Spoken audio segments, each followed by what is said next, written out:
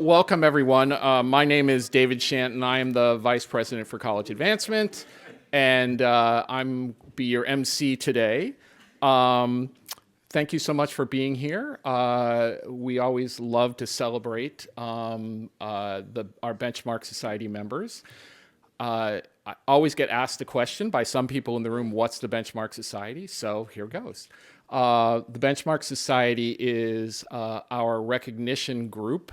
It's our small way of thanking individuals who have included the college in their estate plans or have used retirement assets to support the college and our students. So we're grateful to you for your support. Those of you who are Benchmark Society members will have a little red ribbon to identify. So please say thank you to those in the room with the red ribbon.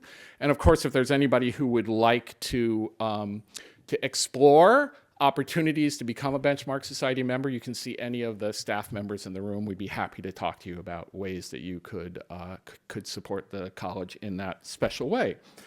One of our traditions at this luncheon is to pay honor to those members of the Benchmark Society who have passed since we last were together a year ago. So I would ask you to stand, if you would, and for a moment of silence to recognize a number of those people. And I will read their names. Louis Friedman, Arlene Gluck-Shevitz, Stan Handman, Leo Sender, and Joel Young.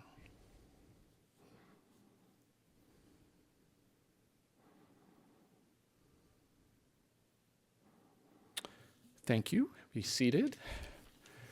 And now it is my pleasure to introduce to you the president of Baruch College, Dr. David Wu.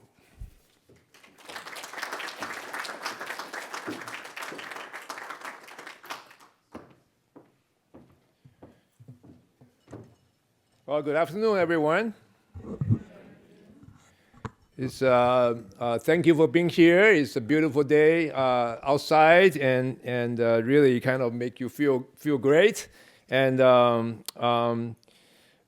I have a chance to chat with some of you walking around, but some of you may not. I may have met the first time, and so just tell you a little bit about myself before I go on. And so I came to Baruch, now I can't believe, back in 2020, so it's almost 5 years. In July will be 5 years.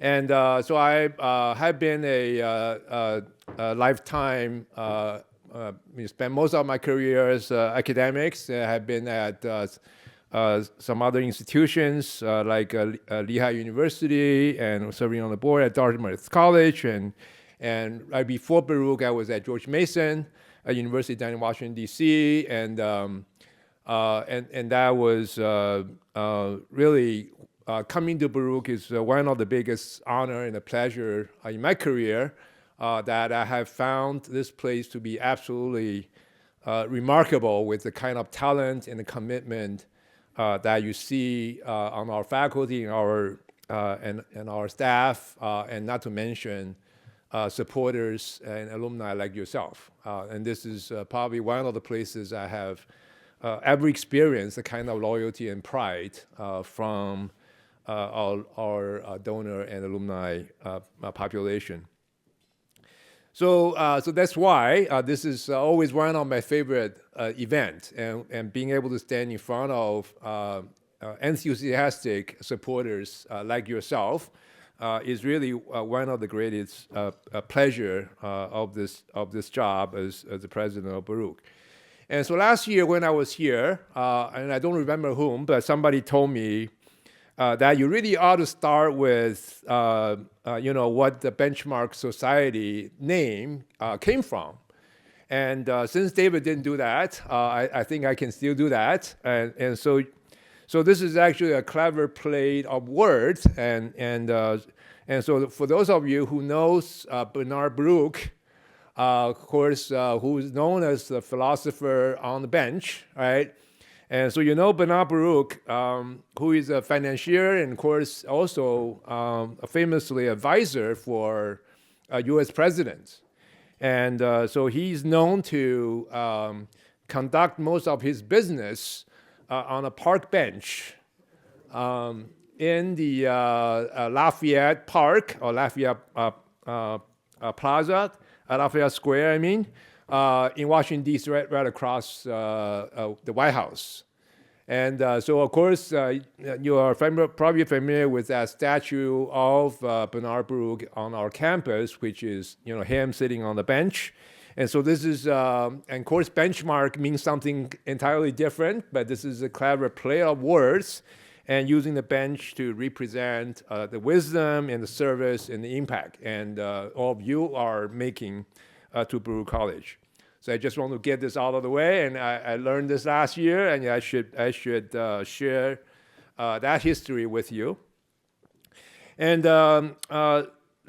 so I guess one of the things I'm going to do here, and part of the job of the president, is to, whatever occasion you can get, to kind of brag about the accomplishments of the college. In this case, I'm sure you're going to share that that pride, and then go back and brag it to either your friends or your children or your grandchildren, and I got to give you some material to brag about, right? And so in many ways, that Baruch has grown quite a bit since you have graduated. Now we have over 20,000 students, and so this is it's always amazed me because we're also in 5 buildings in the city blocks of New York, but we have 20,000 students, right?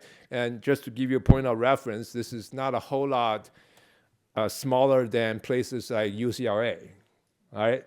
And now, what's also remarkable is that over 65% of our undergraduate students qualify for federal Pell Grants. And that's typically coming from a family that's with earnings less than $30,000 a year. And many of them are the first in their family to attend college.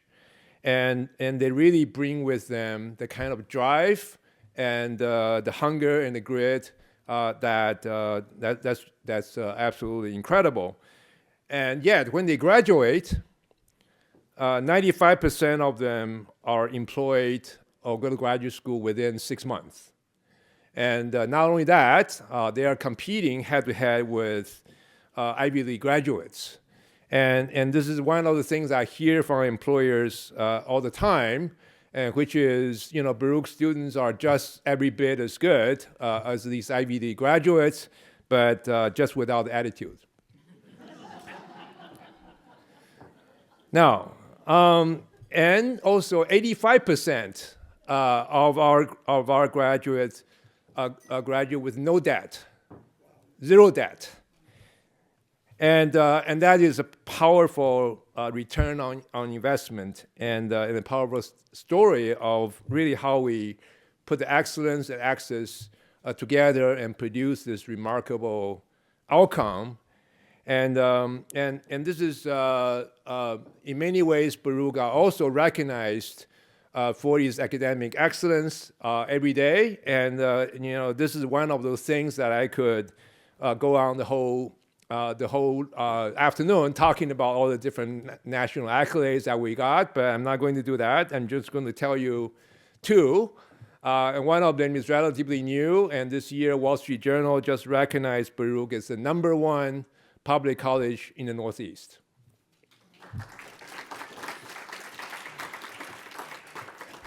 And you probably know this already, we're also being recognized by Wall Street Journal as the #1 best value in the entire country. And that is 2nd year in a row. And I share this with some of you that, so the #2 best value in the country was Princeton University. And the number one private college in the Northeast is also Princeton University. And why do I mention about Princeton University? Some of you heard this story because I happen to know the president of Princeton reasonably well. And the first time I met him a couple years back, and he said, "Hey, David, you probably don't know this, but I'm a Baruch donor." And I said, "How so?" And he said he came to Baruch. This is a little bit more than a decade ago, and he came here to give a lecture, and he learned. He was here for 2-3 days, and he learned about what Baruch does, and he was so impressed. He donated his honorarium to Baruch, and from that point on, every year he'd write a check to Baruch. And I know this is true because this year I just signed the thank you letter to him in person. And so this is, I think, quite a testament in the sense that, the president of Princeton University see the value of what we offer here and the uniqueness of what we do. And of course, we have many other accolades, and our MBA program, not surprisingly, and our Master of Public Affairs, both MBA and MPA programs are recognized as the best public college in New York City and New York State. And these are, in many ways, more than rankings, and they are just demonstrating not only are providing access to students that in many ways coming from families that may not otherwise have the opportunity to access higher education, and we are able to achieve the kind of academic results and because of these students' drive and their intellect. And I know many of you come from very similar backgrounds. I'll give you an example. We have one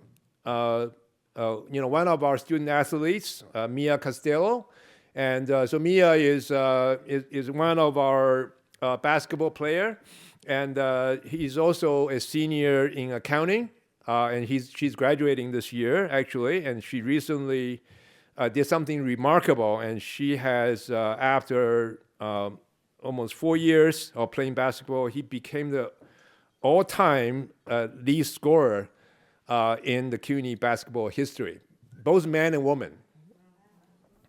So his career scoring is 2,273 points, and he was also the Division III Player of the Year.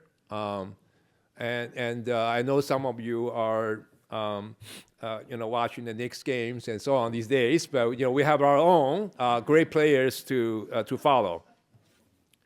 And of course, Mia is just the Baruch's spirit. She's not only an excellent athlete, but she's an accounting major, and she has interned at Grant Thornton and some of the other firms. And I just talked to her the other day, and she has 6 different job offers, all from big firms.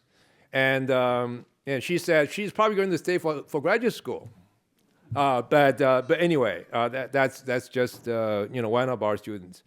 And another great example is our students go out there and win national competition all the time. And this year, some of our undergraduate business students, and they went to a national competition to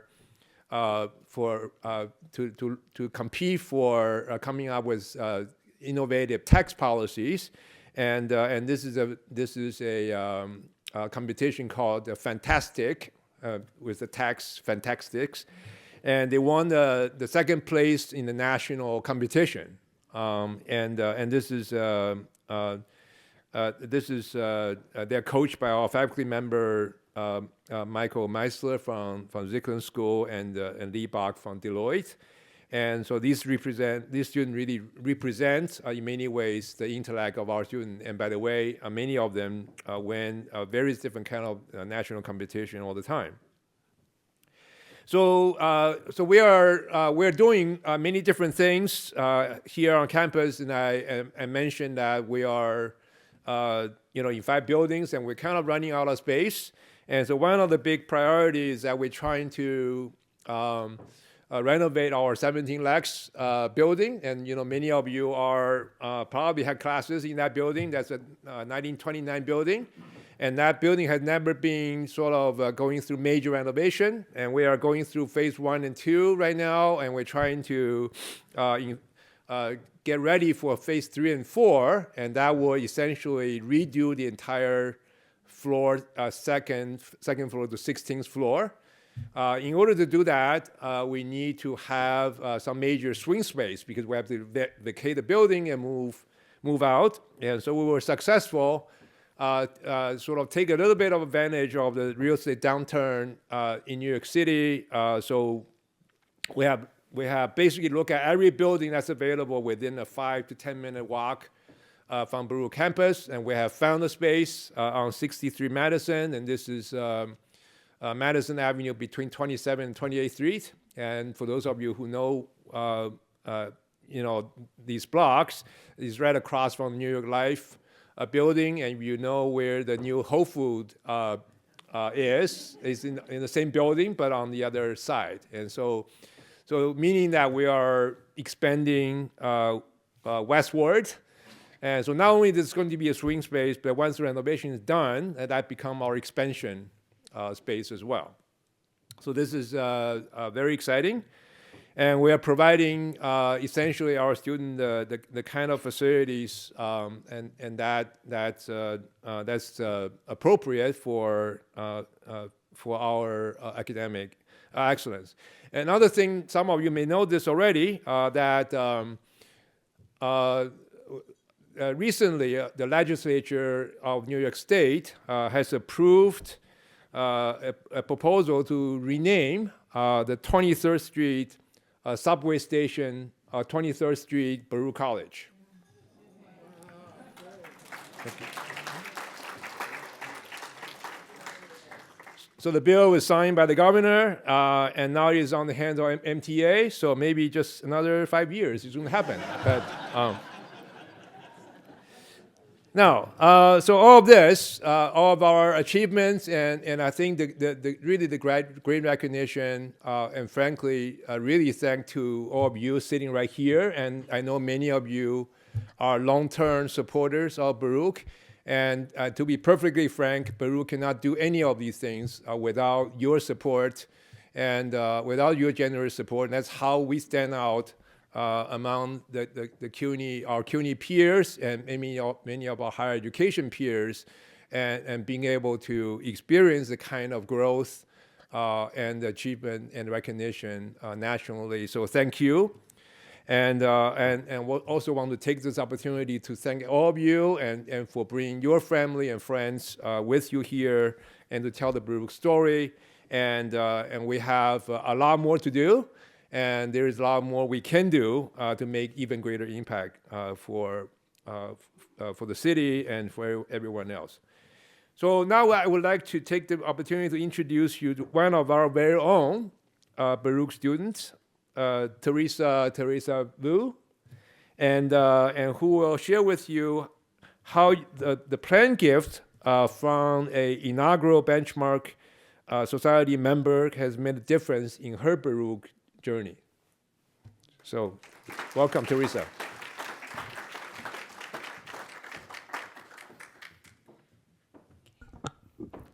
Hi, everyone. I wanted to introduce myself first. My name is Teresa. I use she, her pronouns, and I'm a second-generation Vietnamese American. I'm the daughter of refugees, and next week, I'm graduating with my master's in arts administration.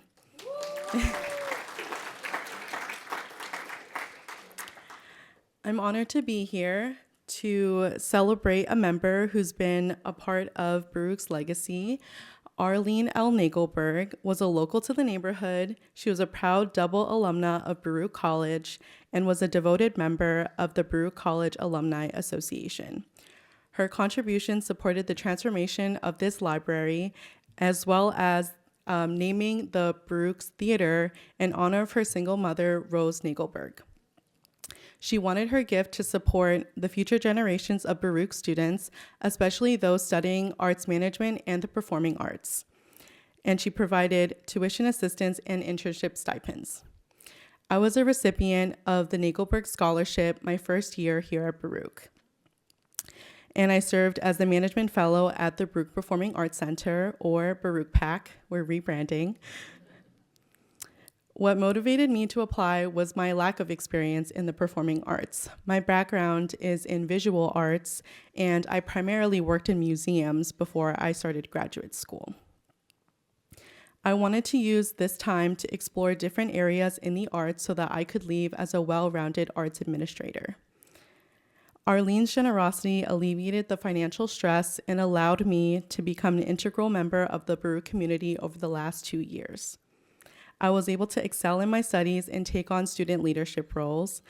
So, for example, I served on the Graduate Arts Administration Network Executive Board as treasurer, and I was able to increase our budget by 20%. It's really hard to do. And we also won Graduate Club of the Year. I am extremely proud of my impact on my fellow students and what I'm leaving behind so that they can build on what I have done. And during this time, Baruch PAC has become my home on campus.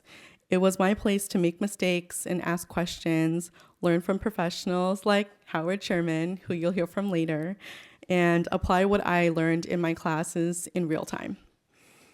Like most artists and arts administrators, I am extremely resourceful. And I decided that I didn't want to leave Baruch PAC after finishing my fellowship that first year. I capitalized on other opportunities and asked if I could be an usher. I became a venue manager, and now I landed the role of rentals and contracts manager.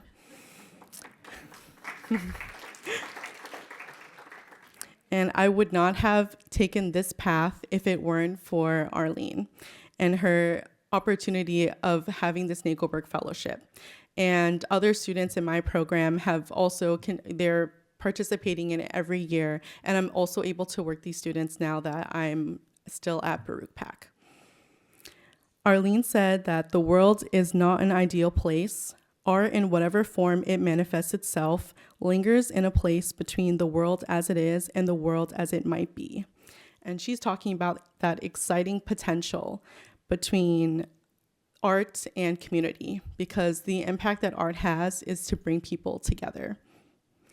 And I'm leaving Baruch as a leader with a very clear vision of what I want the world to be, and I have the skills to create it for myself and others.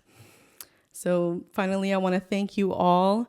I didn't know that the Benchmark Society existed until I was invited to speak here, but that's really amazing. I can't believe that this exists, and I'm so grateful for all of the opportunities and your unwavering support. And I might join y'all one day. And contributions like Arlene's are transforming my life and other students like me. So thank you for shaping the future of this college and our community. Thank you.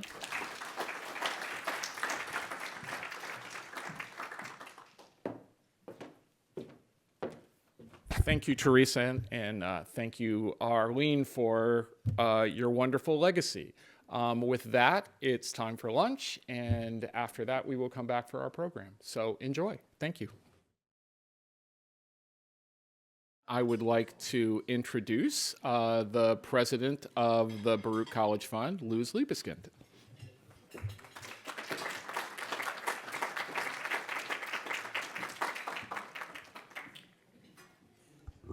Hello, everyone. How are you? For those of you who don't know me, I'm Luz Liebeskind, and I'm the current president of the Baruch College Fund. Do you all know what the Baruch College Fund does? Good. That's a good test. Perfect. I'm delighted to be here, and this is my first benchmark event as president of the Baruch College Fund. I hope you're enjoying your lunch and the conversations at your tables, and thank you very much for being here and for being such dedicated supporters to Baruch. My connection to Baruch goes back, I can't believe, this is my 40th anniversary of graduating. I can't believe it. Anyway, ever since I graduated, I've always been involved in Baruch, and I was involved in the Alumni Association. I see some members of the Alumni Association here. Welcome. And I was the president of the Alumni Association for a couple of years until Larry Zickling asked me to join the Baruch College Fund over 20 years ago. So I've been on the board of the Baruch College Fund since then, and just recently became the president. So I'm very happy to be part of the Baruch family. And so today, the Benchmark Society that we're celebrating today has over 450 members. Thanks to many of you for being given to the society and for making that commitment of a planned gift, which is actually a very important gift to Baruch. It helps us to provide scholarships to our students, support faculty, many of the things that we do as part of the Baruch College Fund. We couldn't do all the things that we do on the Baruch College Fund if it wasn't for the support of all of you, and especially the people who are part of the Benchmark Society. And on behalf of the entire Baruch College Fund and the Board of Trustees, thank you for making us part of your legacy, and for you believing our students, and for trusting our mission, and for your forward-thinking generosity as part of Baruch. Now, it is my pleasure to introduce our panel discussion. Our panelists, two very talented members of our faculty and staff, will be exploring the evolving role of the arts in higher education and the importance of access, representation, and innovation in shaping the future of the field. I am especially honored to share that today's conversation will be moderated by one of our very own, and her name is Helen Mills. She was a prior president of the Baruch College Fund before me. She's a long-term Baruch College Fund trustee and a member of the Benchmark Society along with her husband. Given that Helen is a huge supporter of the arts along with Gary, it could not be more fitting that she is going to be introducing our panel today. So thank you, Helen, for your leadership and your support as a friend, as a mentor. You're always there for me. Thank you very much. And today's program promises to be a very interesting discussion, as you heard from our student that's in the arts. So Baruch does everything, from business to the arts to everything in between. I was fortunate enough actually, even though I'm a business student and I was an accountant, to actually be involved in the arts. I was the controller of the Metropolitan Museum of Art for 9 years, and have been involved in nonprofits, so I know exactly how important it is. The art in New York is hugely important. So, Helen, come forward. I'm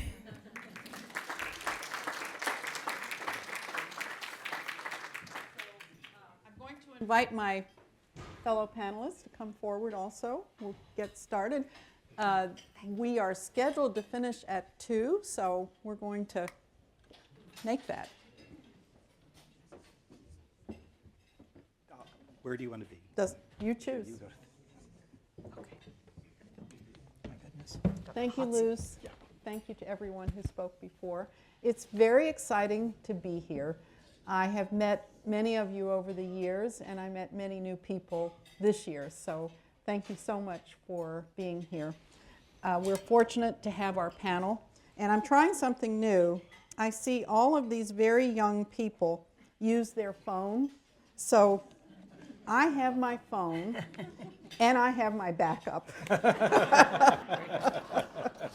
So this is the first time for using the phone, so bear with me. We'll see how it goes. So first of all, thank you both for being here. It's very exciting. I do love the arts, and we have already began this conversation at the table. Howard Sherman is managing director of the Baruch Performing Arts Center and a longtime leader in arts, and a writer and an advocate against censorship. And we're going to hear more from you. Elizabeth Wollman is a Baruch music professor, and she's a theater scholar whose work explores musicals, cultural history, and gender. And she teaches at Baruch and at the CUNY Graduate Center. So let's dive in. And first, I'd like to, and you can answer these questions or respond or make comments as you please. the format is that we will have a presentation of the panel, and then we will have questions from the audience. And so let's start by each of you telling us something about what got you started in the performing arts, and of course, what path led to Baruch. Would you like to start? I guess I have to. What got my start in the performing arts was I was somehow drawn to theater largely before I'd even seen much of it. And I even remember doing like a theater class at the YMCA in New Haven, Connecticut when I was in 4th grade, and did high school theater and started doing college theater, and actually by my sophomore year realized I was not going to be an actor, that I didn't have actually the self-confidence to be an actor. I think you have to really have firm belief in yourself, but I just knew I wanted to be around it and found I had some skills on the administrative side, and I began my career in a box office, and then working at the Performing Arts Center at my college, and got out of school and started doing press. And it really has all just been because I love the people and being a part of the industry, and that was my route. But I being in administration, I guess I took somewhat the safer route. I knew where I was going to go to work every day. I wasn't putting myself out as my own product every day. And I just have enormous admiration for the people who do. Oh, and your path that led to Baruch? Oh, my path that led to Baruch, I wish I could say it was an exotic one. I had taken a year off to write a book. I wrote what, strangely enough, is the only book that exists about the play Our Town. You would think that a play so well known would have been written about endlessly, and it hasn't. I took a year off to write that book, and I handed in, I was a month late, and handed it in saying, great, now I can finally get out of the apartment and start having lunches with people, et cetera, et cetera. And that was on March 9th of 2020, and the world shut down 3 days later. And so coming out of the pandemic, this opportunity came along, and I said, I think I can do that. And it was my first opportunity to be inside of an institution of higher learning since I went to one. So it's been fascinating and eye-opening, and I'm very pleased to have found a home here. I've been here now closing in on 3.5 years. Thank you. I've been here a lot longer than Howard. Everyone has. Yeah, well, sure, fair enough. And my involvement with the arts as a kid, I grew up in suburban Pittsburgh. I went to a very arts-heavy, arts-active middle and high school, which is all one school. Came to New York for college. I went to Columbia as an undergraduate student, thinking that I would have time to be an actress. That was kind of like, oh, I'll get an education, but I'll really be an actress. And that obviously I got to Columbia and then it was like, oh, I'm really busy. Like, whoa. So that didn't happen. But while I was at Columbia, kind of became fixated on the idea of being a professor, which is really, in a lot of ways, quite performative and kind of scratched the itch that I felt that I needed, and initially landed on the idea of being an English professor. That was my major. And then my junior year, I happened upon I think it was a class, it was a survey course on American music, and immediately in that class thought, okay, this is the coolest thing ever in my entire small life. This is amazing, and I must do this.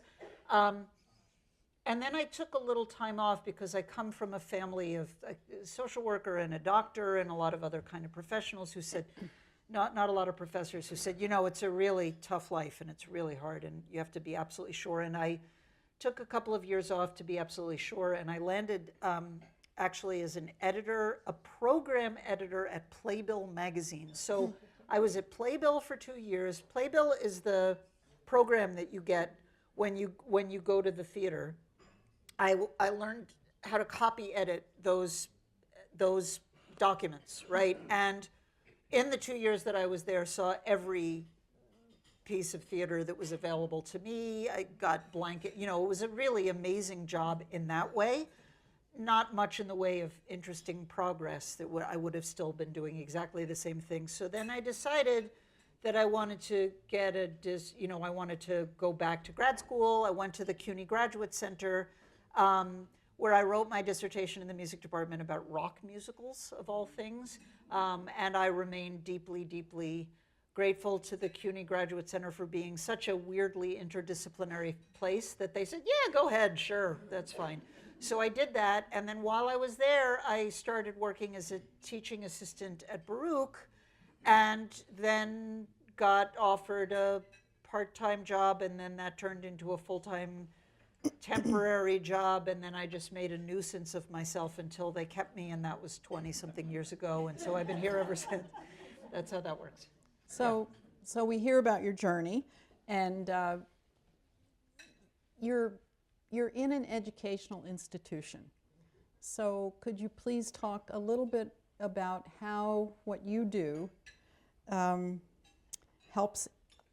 We're primarily a business school, and how do the arts education, and in your case, arts presentation, how does it help the general student body?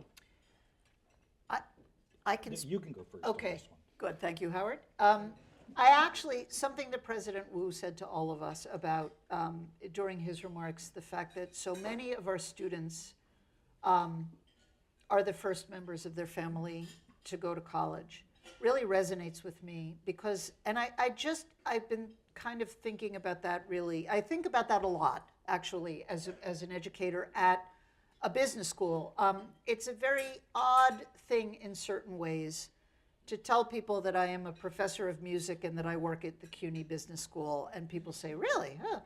And I'm going to be very blunt and saying that many of our students come in to Baruch with the idea, well, this is a business school. I don't need the arts. I don't ever have any interest. I'm really mad that I got scheduled into this music class. I think it's a waste of time that I have to take the history of theater. I don't like my art history class, right? That's one thing. What I see very often, however, are students who are resistant. I have one student who really, really resisted. She wanted to be a music person, and she really resisted a law class. And then, of course, after lobbying not to take the law class, day one of law class, she walked in. Guess what? She became a lawyer. It's the most amazing thing. The opposite happens an awful lot, and it's really gratifying to see, which is that students come absolutely convinced that they don't need the arts, that they're not interested in the arts, that they are not touched by the arts. And then, of course, they find themselves really taken by a piece of music or by a production or by a visit to a museum. And I really think that has a lot to do with the college experience. I mean, I know plenty of people, when they start at college, they think they know all the answers. And then when you go through college, you realize how little you know about so much and how many things there are at your fingertips. That's the first thing that I can say. The second thing that's been occurring to me about a large population of people who are the first in their families to go to college is that when you're on the ground and you really witness what that means, is that a large number of our students who are so hungry to make money and to make a name for themselves in the business world and to do better in many cases than their parents who have sacrificed for them and have put away their own college desires to make sure that their children go to college, is that so many of our students, I take for granted, I think, as somebody that was raised in a leafy suburb with parents that both went to college and that taught us kind of the unspoken rules about what it means to be culturally active in a place, right? So many of our students, when I take them to a Broadway show, which is a hard thing to do here because there's not often a lot of money to do that, and Broadway theater is very expensive. But just last semester, for example, in the fall, I took a group of students and I was again reminded, first of all, that a majority of the students that I took, and this is only 25 students, but a majority of them had never once been into a Broadway theater ever in their lives, right? We talk so much about all these initiatives. They go to see Hamilton, and they go to see Cats, and they go to see this, and they go to see that, and Disney does these things. Did not apply to any of my students. And what that means is that not only have they never seen a Broadway show, they have never seen the inside of a really fancy theater. They have never known that when they walk into a really fancy theater, even walking into a really fancy theater means a delight, like you look up and you see that there's this incredible mural on the ceiling, right? That there are really fancy bathrooms, which often strike my students. And I know that sounds funny, but it's like, you know, there are unspoken, unwritten rules that are very class-based that have a great deal to do with the fact that many students, many people don't even know where to begin. You know, I've had many students tell me, like, well, I'm not included in being invited to Broadway. Like, I don't come from a population that would ever want to go to see a show on Broadway. We don't do that, right? But what's so powerful, I think, about infusing an arts education into people that are so convinced that they don't want the arts is that moving, you know, we celebrate how the American dream still works. We could talk about that, but I think part of the American dream is making sure that people have the tools to advocate for themselves, not just as business people, not just as money-making people, not just as New Yorkers, but as cultural beings, right? And I think that that's a very powerful thing that I see over and over again at Baruch, and it really moves me every time. So I do go on, I'm sorry, but it's important to me. Yeah. Thank you, Elizabeth. I think everybody, just have a show of hands, what Elizabeth is talking about, that you took an art class in college and you were surprised at the profound influence that it had on you. Just show of hands. Yeah. I think that you hit on a key point, that it is an amazing experience and, in fact, influences your whole life. Howard? I have to follow that. I'm not even going to try to follow. I will simply follow on it. A couple of things. Some of the programs that occur in Baruch PAC are some funded programs, specifically the Silberman Recital Series and the Great Works Reading Series. Both of these predated me, though I've worked very closely with the faculty members. And to be clear, I'm staff, I'm not faculty. But I've worked with the faculty members who've been named as the coordinators of those. And they're very gratifying. The reading series is doing selections. Each semester does selections from a play that ties into the Great Works curriculum, a broader program here at Baruch. And it can be anything from Shakespeare to this past semester very successfully did a play called Mojada, which is a Latin American rewrite of Medea. And the students were really drawn to it. The Silberman Recital Series for many years hosted a performance by a single chamber group that came back year after year. And a couple of years ago, with the great leadership of Dean Jessica Lang, we decided that it would be a different ensemble every semester to give the students exposure to a broader variety of music. And what Liz just said about walking into a Broadway theater can sometimes be true of any theater. And we find students, first of all, for those of you who've not been to Baruch PAC, we're on the lower level of the vertical campus. So we're not visible from the street. We don't have a marquee. So unless we bring students down there, they don't know it exists. But seeing students come into that space, realizing that in some cases students have never been in a space like that and may have never seen a live performance of a play or live performance of music, and to hear it in a space where it is unamplified and it is the live voice or the live instrument can be quite extraordinary. And yes, many of the students are there because it's a requirement. We find that with the Silberman Recital Series, many of the questions, there are also some classes done with the ensemble that comes in to perform. And many of the students are interested in the business, the life of being an artist, and how does one make a career in that. I want to say, I say this about anything relating to academic arts unless somebody is really in a conservatory or training program or a major. Exposure to the arts is so essential, not because we need to create more artists. Those who are inspired to be performers, to be writers, are going to probably find their way with relatively limited exposure. But what we need to constantly create is the next generation of audiences. And if I may say, and this is not a solicitation, and of donors.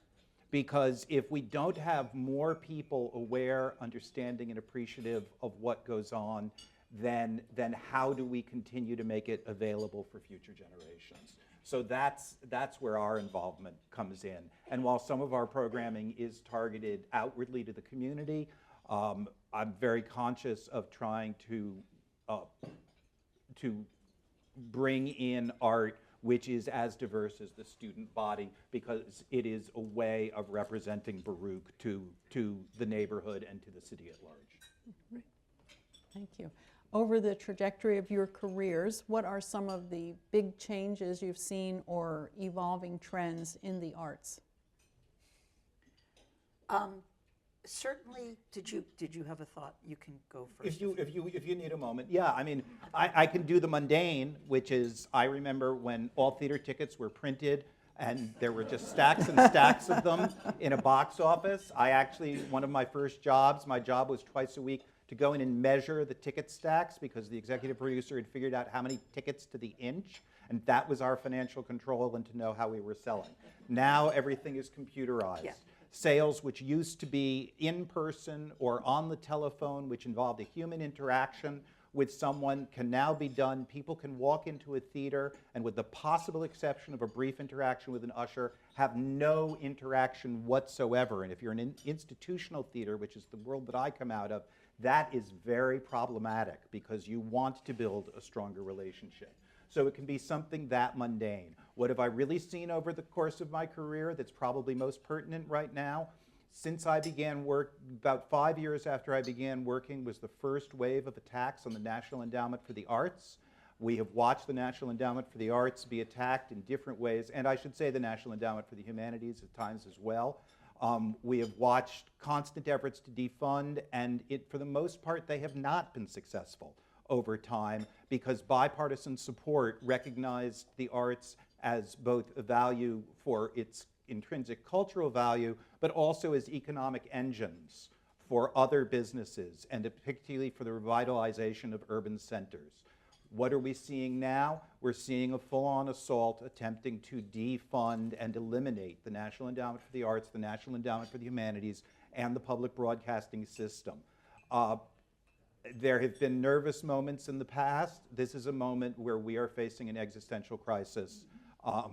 And I worry that, having grown up around the theaters and the arts institutions, so many of which were fostered by the National Endowment for the Arts, and to be honest, also foundations like the Ford Foundation and so on, who are realigning their priorities right now, I wonder where that support will be in another year or 2 years.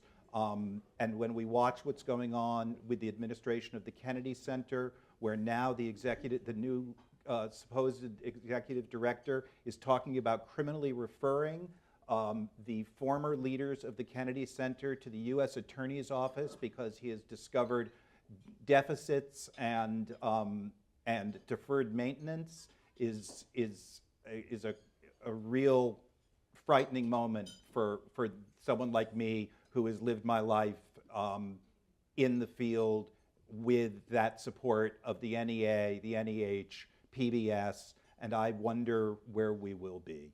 So that's the most profound change.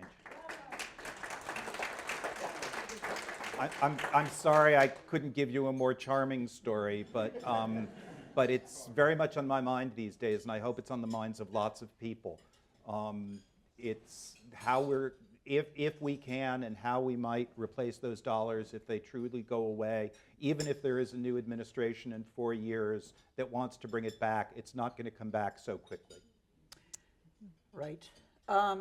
I can speak, I can sort of speak around what Howard is saying.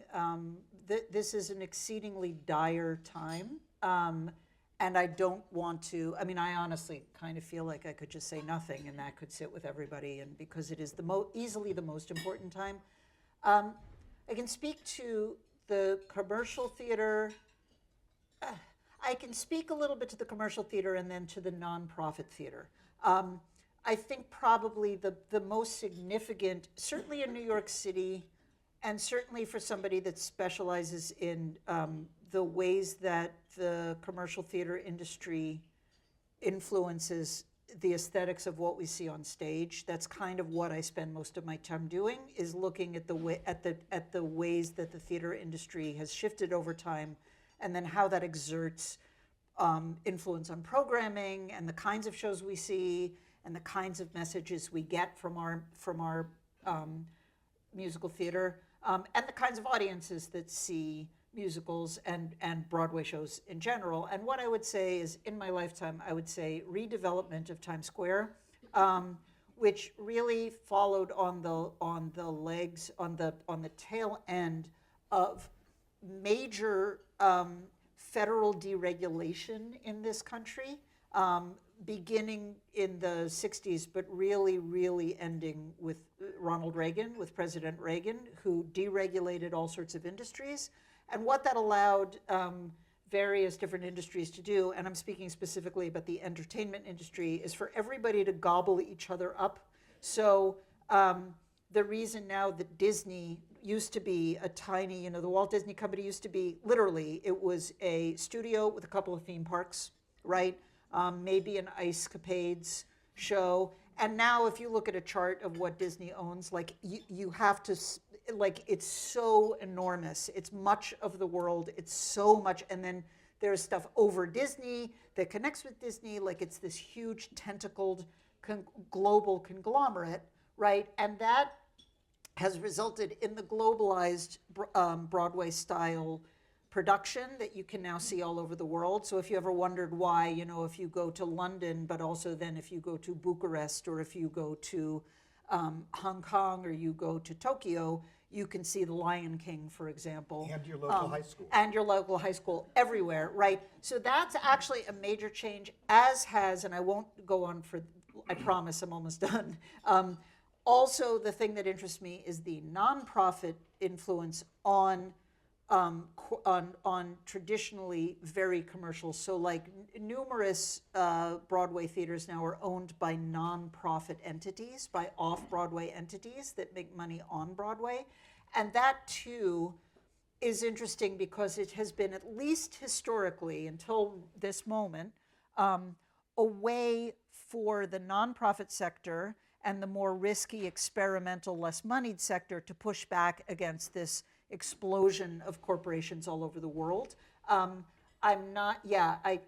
Things are really dire again for the nonprofit world right now, especially with budgets getting slashed. I don't know how that's going to sustain itself, but it was actually it was healthy, and it was a very good tension, I think, between, sort of, if you think about it, Broadway and off-Broadway, or Broadway and off-Broadway, right? That kind of idea.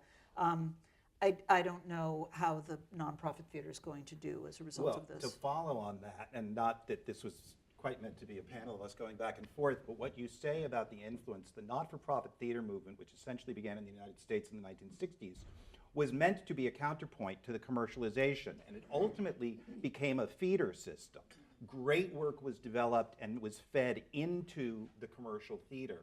I think this has flipped, and in a not necessarily advantageous way, in that, especially post-pandemic, we are now watching the not-for-profit theater do everything it can to mimic the commercial theater. And the risk-taking that grew out of the off-Broadway scene of the 1960s and the foundation of regional theaters in the 1960s and 70s, and the work that came out of them, now it's all about what is the repertory on Broadway, what are the best known plays, and more, that's what you're seeing on the seasons of not-for-profit theaters, which incidentally, when I came into the business 40 years ago, almost no regional not-for-profit theater or off-Broadway theater for that matter did musicals much at all. Now every theater does musicals because musicals are where they see the money is. And what this is doing to the development of a repertory of plays that are recognized and known, and the ability of serious dramatists to influence the national conversation is really minimized. Probably the last major play that did that, and possibly the last major play that may ever do that, was Angels in America, and that was 30 years ago. So thank you all. In the interest of time, I want to leave room for questions. And so could we have questions from the audience? And Angela, do you have a mic? I'm sorry? We do. Okay, okay, thank you. Hold your question. So, We'll yes, come back. don't forget. Hold your question, yeah. So there's lots, I don't know if any of you, I'm sure that there are supporters of nonprofit theaters in this audience, and you probably have recently received notifications from those theaters or other arts groups that funding is being cut and can you help? And I would imagine that most people in this audience have received those. So particularly in New York, it's a big problem. And of course, I'm very hopeful always and positive, and I expect that somehow we're going to make it through this. But what I'd like to ask the two of you is, on a positive side, what do you see for the future, whether it's theater or you all are in theater, of course, but Baruch has a wonderful gallery called the Mishkin Gallery. And so it's the arts in general. What do you see that is positive for the future and exciting? I have a couple. I mean, I can think of one. So first of all, you know, I mean, the pendulum always swings politically, always. And it's taken me a long time to connect the fact that just because maybe the country swings in one direction doesn't mean, politically, doesn't mean that culturally it's going to go in the same way. Sometimes it does and sometimes it doesn't, right? So it feels like we've taken this big step to a place of, I don't know, cutting funding and depressing different groups. Generally, historically, I mean, think of the 60s, right?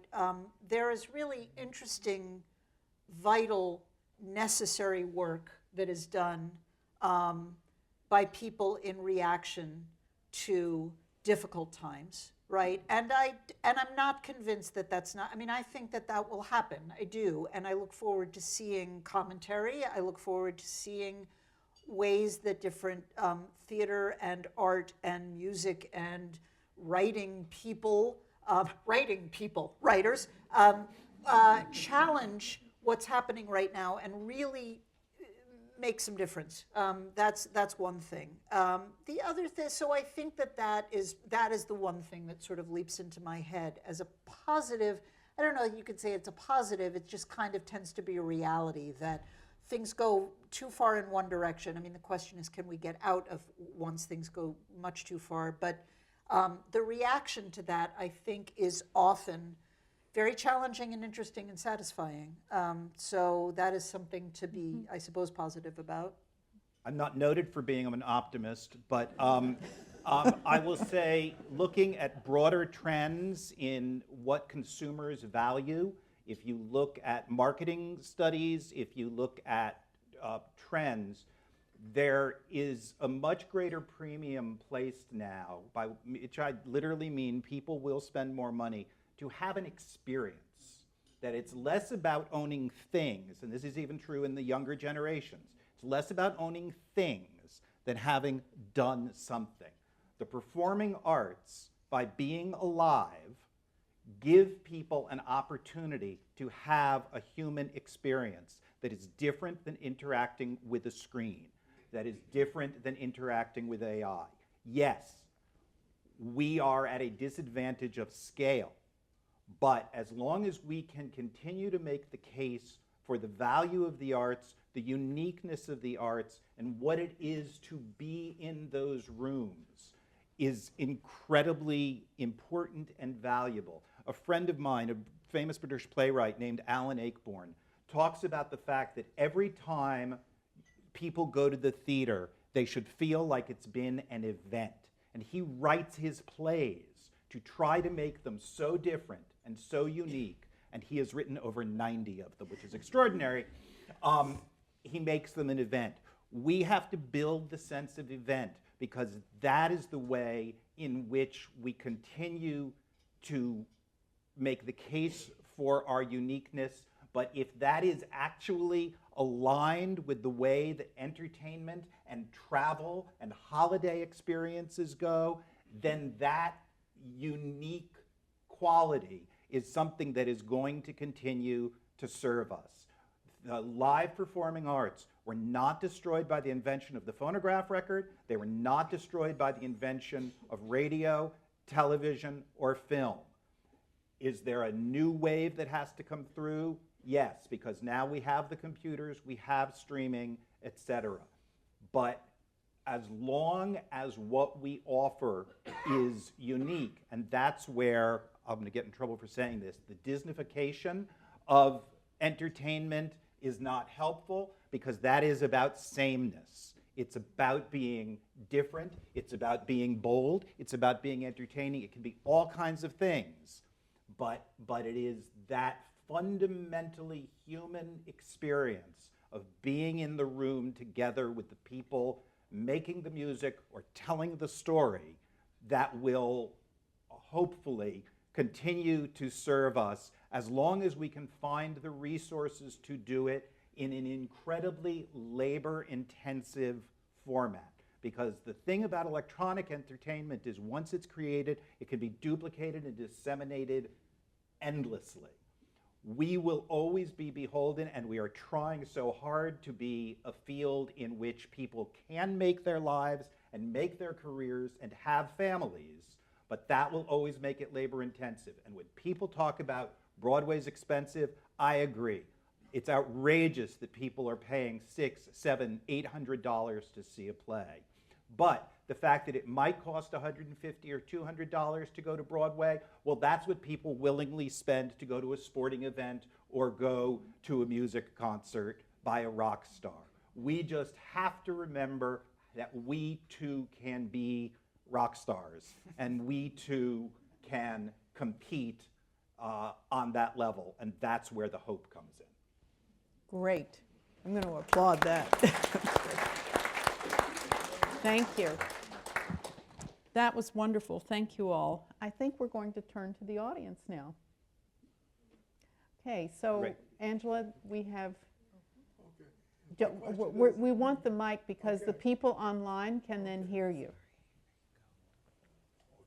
We're being broadcast. My We question are. I is, have no idea. does the, if the students have some immersion to the arts, or let me put it this way, enjoyment of music or art, does that help them in their careers by giving them a more balanced feeling about life, and also in relating to people who they meet in their careers? In short, the arts is not just for the sake, it can also be career helpful in an indirect way. For sure. Thank you. That's a great question. Great question. Can exposure to the arts help people in their careers? I have a funny story, and I'll give you an anecdote, okay? So very recently, my synagogue had a very big rummage sale, okay? Everybody at the synagogue brought their stuff. We set up tables. We had this big, gigantic rummage sale. And I was working the home goods section, used melon ballers and things, whatever. And this young man comes up to me and he said, "You're really familiar." And I said, "You are too. How is that possible? Do you go to the synagogue?" He said, "No, I've never been. I just moved to the neighborhood from Bensonhurst." I said, "You grew up in Bensonhurst? Do you know my family? Because mine did too." No. It turned out, many, many years ago, he was a student in my world music class, okay? And I said to him, "Well, that's so great. It's amazing that we made this connection." I taught global music, world music. He said, yeah, he said, I knew I remember. I'm so glad to remember you. I said, how's your life? What are you doing? He said, he's a systems analyst, right? So he has gone into business. I can't even tell you what systems analysis is, but I'm sure it's very, very nice for him and that he's doing wonderfully. He seemed great. But I said, so he said, I'm a systems analyst. And I said, well, that's so great. And he said, you know, I don't know if you remember this, but our final projects, I wrote a song that had to be based in like a particular, like, you know, different country. Like it had to sort of borrow from, I can't remember which culture he had chosen, but anyway, so he said, I wrote a song. He said, you know, I still take that song out and I play it. Like when people ask, when it comes up in conversation, I still have a recording of that song and I can still play it for people. And you know, people who go on into their, you know, the assumption that you're going to be a lawyer, my students' assumption, like, I'm going to be a lawyer, I'm going to be a business person, I don't need the arts.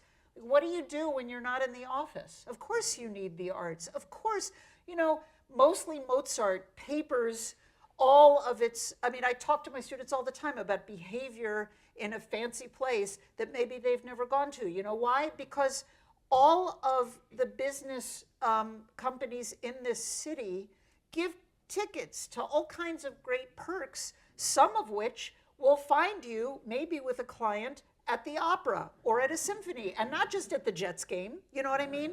And I'm always teaching my students, like, okay, now just remember, between movements, what's the answer? No, don't clap, don't applaud, right, right? So, you know, of course, it enhances a life. It makes your life, you know, I know tons of people that work in one field and then they come home and they have a band with their friends or they're teaching themselves guitar. So absolutely vital to a well-rounded life. Thank you for that question. Good question. Thank you.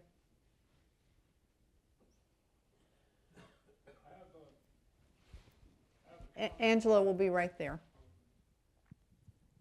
I just have a comment. I'm a graduate of from 1985, and back in '85, it was really emphasized that basically, you know, yes, I'm an accounting major, yes, I'm a business major, but I need to learn other areas because if I'm going to go into a business setting, I have to be able to engage in conversation with people, and people may not understand LIFO and FIFO and, you know, things like that. But if I can have a conversation about the arts or, you know, about theater or movies, it opened, to me, back when I was a college student, I saw a lot of great things at Baruch, and it opened my mind to a lot of, you know, ideas and things like that.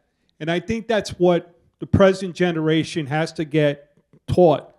In addition, the present generation now, all they want to do is look into a little screen. And you can't. When you listen to a piece of music, it opens your mind. When you see a movie, it gives you an idea.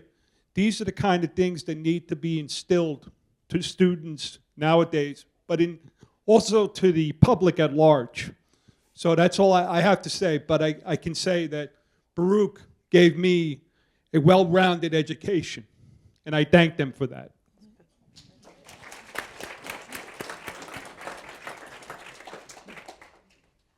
I think we have time for another question. Angela?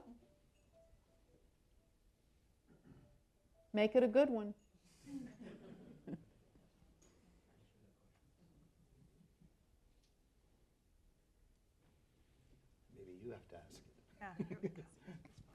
If we're silent, Here we someone will step forward.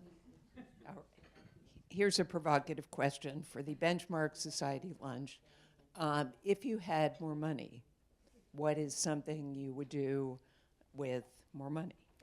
I mean, I have said this before, there is one retired, bless her, the Paula Bergeron Fund, there is one fund in the Weissman School where where teachers of undergraduates can apply to take their students on trips, you know, field trips, right?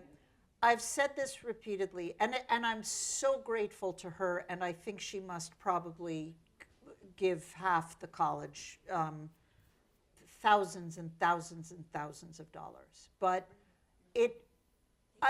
I love working in the CUNY system, and I don't want anybody in this room to think that I would ever want to be anywhere else. I love and I'm very committed to the university, to this university. But there's not a lot of money. And one of the things that's often very hard for me when I'm speaking to friends who work at private colleges is that they'll flash their credit card, and they'll say, oh yeah, no, it's on the university. Like dinner's on the university, theater tickets for my entire undergraduate class, it's on the university. Travel opportunities, research opportunities, on the university. I'm used to not putting things on the university because my university does not have that money or that privilege, but I would love to be able to guarantee that I could take my students to places that are not cripplingly expensive. I mean, the fact that I specialize in the musical theater, and I teach a musical theater course that I've developed over many years specifically for our students, and the fact that it is never a guarantee that we can literally walk as a class to the theater district and see a show that will be, for many of my students, again, the first time they've walked into a Broadway theater, or even an off-Broadway theater, is kind of painful for me. And that is what I would do, I would do many, many more trips, many more, like, let's go exist in the city that you have grown up in and maybe haven't left your borough, or maybe haven't been to this part of the city, or maybe haven't felt like you are invited into this space, right? That's what I would do, hands down. Sorry, don't want to kill your applause. Mine is corollary to that. I would certainly like there to be more funding opportunities like some of those that I mentioned, the Silberman Recital Series, the Great Work Series, where there have been funds put aside. I would like to be able to bring in more artists and offer those artists to the student body for free. As long as I have to, we price all of our tickets for students at $20 a piece, which is at least half price, if not more, depending on the event. But the fact is, I'd like them to just be able to come and have caliber of artists that within our means to do so. I think that would be extraordinary. So that's my thought. Can I toss in something completely extraneous? By all I'm going to means. do my trivia thing.